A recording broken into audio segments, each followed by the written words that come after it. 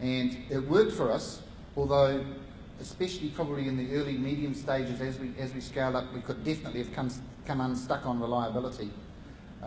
We didn't, but it was more good luck than good management, I would suggest. And how do you make sure you're comparing apples with apples? This is one of the most crucial parts in my eyes, as there are a range of operators that pass themselves off as more than they actually are. There was another point, Michael, you made this morning. Cloud with elastic componentry is what you need, as opposed to just supplying a server. You know, it's not the same. And how do you check? Well, you need to verify it. You need to verify it. And this is not my area of expertise at all, I'm sorry. I don't really understand this. What's the hardware that the supplier uses? Now, if they're using those white box servers, they may be okay, but I would suggest that probably if they're using big brand servers, then that probably means that there's a degree of reliability that you can rely on. Don't know, up to you, but you should find out. What's the virtualization software used? And does it matter to you? Well, it might if you're into integration. It might if you are needing to test the reliability of high availability disaster recovery. What's the interface you'll use, and how will you access your servers? Do you need to access your cloud servers for administration purposes? Depends on what you're trying to do with them. But what's the interface, and how easy it is, and how intuitive is it, and how much of a geek and how much training do your administrators need to be able to cover that? You need to find that out before you get into it. How much access do you need? What monitoring and management tools come with the thing, and what other monitoring and management tools do you require? What's the history of the provider, and what feeling do you get from your initial engagement with them and from your updates? You know, a lot of people have some beautiful, shiny suited salesmen out there.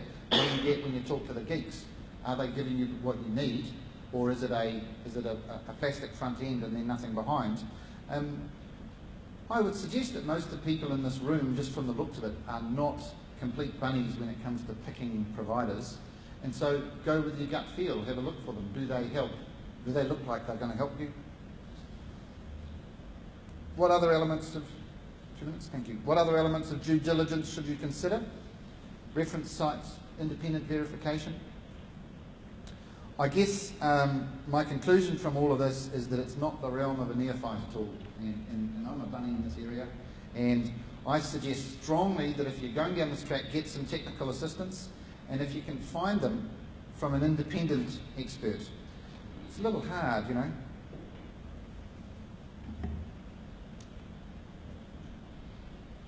Is the vendor able to adapt the solution? There's a number of aspects to adaptability. Scalability, up and down. Reactivity, how quickly can things be changed? Flexibility, can we change the rules? Can we change the contract? And then, here's a bit of a hobby horse, there's a question of the length of contract you're required to sign. You know, the whole thing we go into a cloud thing is so that we can say to our customers, turn off and on at will, and yet our providers want us to line up for a year or 2 years or whatever.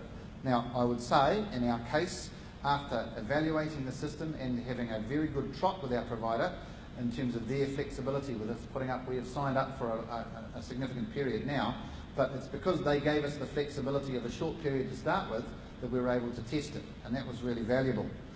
Other providers want to sign you up for 5 years straight away, and it's against what you're trying to do.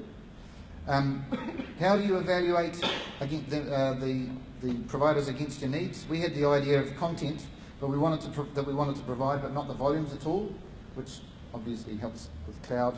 Prototyping gave us a first pass of the understanding of the technical requirements. Interestingly, initially we measured our requirements and relied on very much hard costs. We relied on cost per gigabyte storage and so on.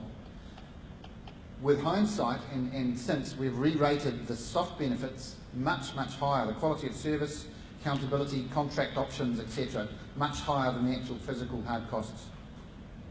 Self-provisioning, turn it off, turn it on, it's a great concept.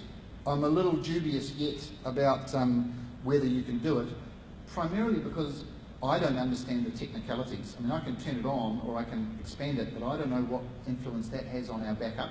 I don't know what influence that has on our bandwidth. There's a whole lot of underpinning technological stuff that I don't understand. So I need advice on it as we go. I need the proverbial partner from my supplier.